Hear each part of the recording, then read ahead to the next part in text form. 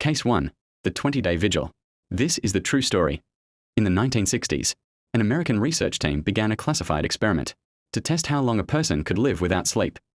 The subject was left in complete isolation, under constant maintenance, without access to natural time. On the third day without sleep, the subject began to show signs of displeasure, talking about himself and forgetting about basic information. On the fifth day, he began experiencing complete auditory hallucinations. He stopped eating and drinking, after making sure the food was piled up by people he couldn't name. On the seventh day, he began to speak in a language that did not exist, creating symbols and rhythmically reading them. On the ninth day, he stood completely in style for 6 hours, stared into the camera without sleeping, and the doctors discussed stopping the experiment.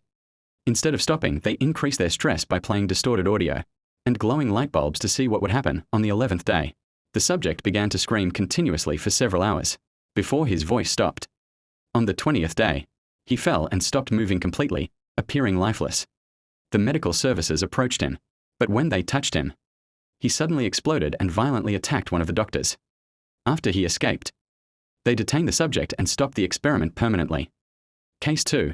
The zombie drug. Do you know something that makes people look like zombies from World War Z? It's called flakka, or alpha PVP, and it gets global attention for its scary effects. Makes people look like zombies, but they're not slow zombies. They're fast, violent, uncontrollable. Users often become extremely aggressive, unresponsive to pain, and express unnatural strength. First appearing in the early 2010s, flakka became famous after the 2012 incident in Miami, when a man with high levels of flakka and food salts attacked and shot a woman in the face. He was recognized for life in prison. When the effects faded, he was terrible, claiming he didn't remember anything, just that it was the best sleep he's ever had. Rare videos are starting to appear on the internet, showing users in irritable, zombie-like stages, but most of them have so far been reduced due to their graphic nature. Even other sellers are afraid of flakka, avoiding him because of the dangers his influence poses to their customers. Most of the remaining vials are produced in Colombia, a country known for creating powerful synthetic drugs with terrible side effects, which makes them a night not only for users, but also for sellers. Case 3. Frozen Everest. Did you know there are bodies on Mount Everest that are used as trail markers? Mount Everest, the highest point on Earth, is also one of the deadliest. Above 8,000 meters lies the death zone, where the air is so thin your body starts shutting down. Oxygen is scarce. Thinking becomes foggy. Every step is torture. Over 300 climbers have died on Everest, and most of them are still up there. Their bodies, frozen solid by the cold, can't be recovered. Helicopters can't fly that high, and it's too dangerous to carry the dead back down, so they stay where they fell. One of the most infamous is a man known as Green Boots, believed to be Indian climber Soang Palger. He died during a blizzard in 1996. His body rests in a cave near the main route to the summit. Curled on his side is neon green boots poking out of the snow. For years, climbers would say, once you pass Green Boots, you're almost there. Then there's Sleeping Beauty, an American climber who died just short of the summit.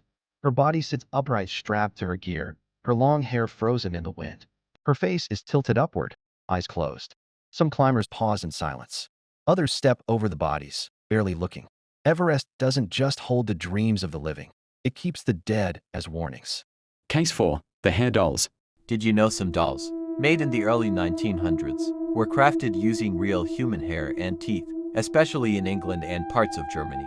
It was considered fashionable, even sentimental, to create dolls from materials taken from real people. Mothers would save locks of their children's hair, or even their baby teeth, and give them to doll makers to be used in handcrafted toys. It was seen as a way to preserve childhood, but these dolls often aged badly. Over time, the organic materials decayed. The hair became brittle and thin, the teeth darkened or cracked. Some dolls still exist in private collections today, kept in climate-controlled rooms, because they smell of rot when exposed to warmth. Museums rarely display them, and collectors say many of these dolls seem to have odd features, like misaligned eyes, chipped lips that almost look like grins, and fingernails, real ones, glued onto tiny porcelain fingers. In one disturbing case, a doll found in an attic in Derbyshire in 1976 contained not just teeth and hair, but a small human rib bone inside the torso, likely used to stiffen the structure. No one ever discovered where it came from. Even now, doll restorers occasionally open antiqui heads and find child teeth rattling inside. Case 5. Gustav the Monster. Did you know there is a massive crocodile in the Nile River? So deadly it is estimated to have killed over 300 people? Locals call him Gustav, and they say he's more demon than beast. He's over 20 feet long, with teeth like ivory daggers and skin pockmarked with old bullet scars. Hunters have tried everything: guns, cages, even explosives. But he always disappears into the murky water. No one knows his age, but villagers speak of him like a creature that's always been there, gliding silently beneath the river's surface, waiting. One fisherman swore he saw Gustav drag an entire calendar in seconds, without a sound. Another man, chest deep in the river, vanished in front of his children. They said the water just opened up. French herpetologist Patrice Fay spent years studying him, and even attempted to capture Gustav using a large steel trap. Despite baiting it with live animals, Gustav never entered. He evaded every effort. At night, some say you can hear him breathe, low and steady, near the banks, where moonlight breaks over the reeds. People have moved entire villages inland, abandoning the river they once depended on. But Gustav always finds them. And if you wake to see two yellow eyes watching from the waterline, it's already too late. Case 6. No remorse. Have you heard of the deadliest Blue Eyes hitman? Jose Martinez, known as El Mano Negra, or the Black Hand in English, began his killing spree at the age of 16, after his sister Cecilia was murdered. What started as revenge turned into decades as a cartel hitman. Fluent in English and Spanish, Martinez operated under the radar, eliminating over 35 people across the U.S. Drug dealers, traffickers, and low-level criminals, on behalf of Mexican cartels, especially the Sinaloa cartel. He was cold, methodical, and careful, often using zip ties and rarely leaving any evidence.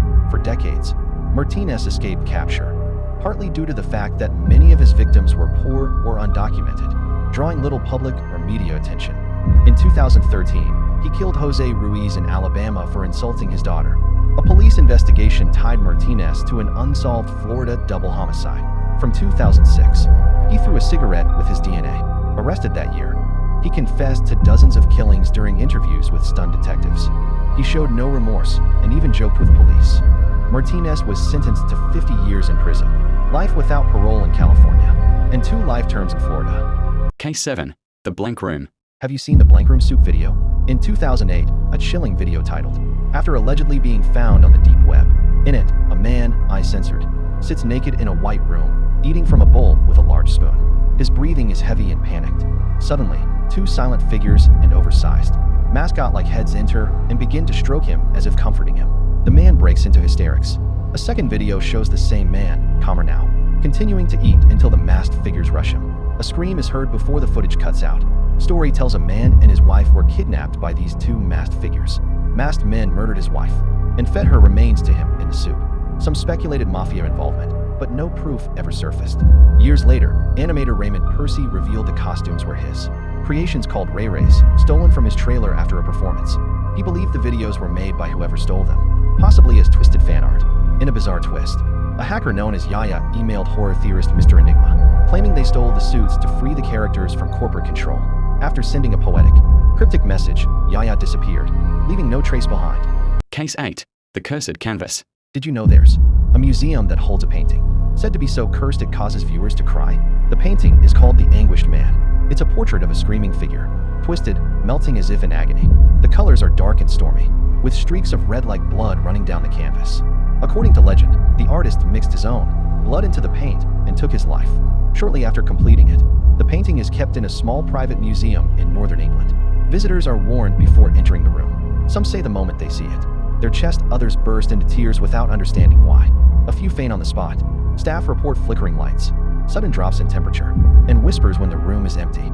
Security footage once captured a woman collapsing in front of the painting. She later claimed she saw the face move, screaming silently at her. Another man said he felt someone grab his arm while he was alone. The museum refuses to remove it. They say it's too dangerous to move, and past attempts cause accidents. One curator broke his leg, another crashed his car. No one knows who the painter really was, or why he created it. It's believable the anguished man doesn't just hang on the wall. It watches and never forgets who looked too long. Case 9. Polar Survival. Why running from a polar bear is the worst mistake you could ever make. First off, polar bears aren't just big. They're the largest land predators on Earth, standing over 10 feet tall on their hind legs and weighing more than a car. And unlike what most people think, they aren't slow. But it gets worse. Polar bears can run up to 25 miles per hour, faster than any human alive. So the moment you turn your back and try to escape, you've already lost. You wouldn't even make it a few seconds before it closes the distance. And here's the terrifying part. Polar bears don't just chase for fun, they actively hunt humans. Unlike other bears, they see you as prey, not a threat. The second you run, you trigger its hunting instinct, turning you into a target. But even if you didn't run, it wouldn't matter much. Polar bears have one of the strongest senses of smell on the planet, able to detect you from over 20 miles away. Hiding is useless. It already knows exactly where you are, and when it reaches you, it won't hesitate. Polar bears don't kill quickly. They'll pin you down with their massive paws, each swipe strong enough to crush your skull, and begin eating you while you're still alive. But the worst part? In the Arctic, you're already exhausted, freezing, and disoriented. The bear isn't. This is its environment. You're not running from it. You're just deciding how fast it catches you. Case 10. The Demon Core. Do you see this screwdriver? It holds the gates to hell. This is the Demon Core, a 6-kilogram mass of plutonium, and one of the most dangerous objects in the world. The scientist Louis Slotin was working with it, using a screwdriver to balance the lid. He thought it was safe, but one day, his hand slipped. A blue flash flooded the room, and Slotin desperately tried to rip the lid off to save everyone else. But the damage was already done. He received a fatal dose of radiation. 9 days later, his body began to disintegrate. Radiation burned him alive, and he suffered an agonizing death as his body literally fell apart. The Demon Core was a horrific reminder of how deadly nuclear material can be in the wrong hands. Slotin's death was the price of playing with fire, an example of the terrifying power locked inside the core. Despite all the precautions, one small mistake cost Slotin his life, and the world learned a harsh lesson about the dangers of nuclear experimentation.